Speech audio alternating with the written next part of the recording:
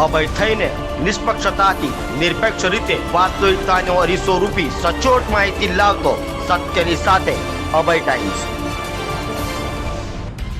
સુરતમાં પડેલા ધોધમાર વરસાદ બાદ ખાડીપુરની સ્થિતિ સર્જા હતી। જો કે હાલમાં વરસાદે વિરામ લેતા અને ભરાયેલા પાણી ઓસરી જતા ગંદકી જોવા મળી રહી હોય, જેને લઈ પાલિકા દ્વારા યુદ્ધના ધોરણે સાફ સફાઈ શરૂ કરાઈ છે। સરથાણા પોલીસ મથકમાં પણ પાણીને લઈ કાદવ કીચડ જોવા મળ્યું હતું, જ્યાંની પણ સફાઈ કરાઈ હતી। સાથે મેયર અને મનપા કમિશનર સહિતનાઓએ વિવિધ વિસ્તારોમાં જઈ નિરીક્ષણ પણ કર્યું હતું।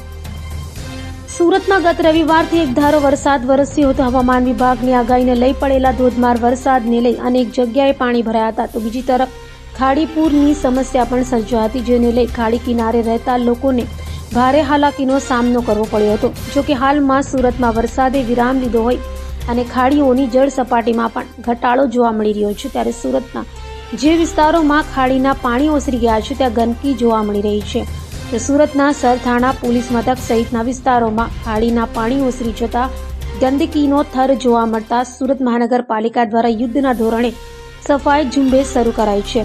સરથાણા પોલીસ મથકમાં પાણી ભરાતા જરૂરી કાગળો સહિતની ચીજ વસ્તુઓ ખુરશી પર મુકાય તો કાદવ અને ગંદકી વચ્ચે પોલીસ જવાનો કામ કરતા જોવા મળ્યા હતા, જ્યારે સુરત મનપાના આરોગ્ય વિભાગની ટીમ દ્વારા સફાઈની શરૂઆત કરી જંતુનાશક દવાનો છંટકાવ પણ કર્યો હતો।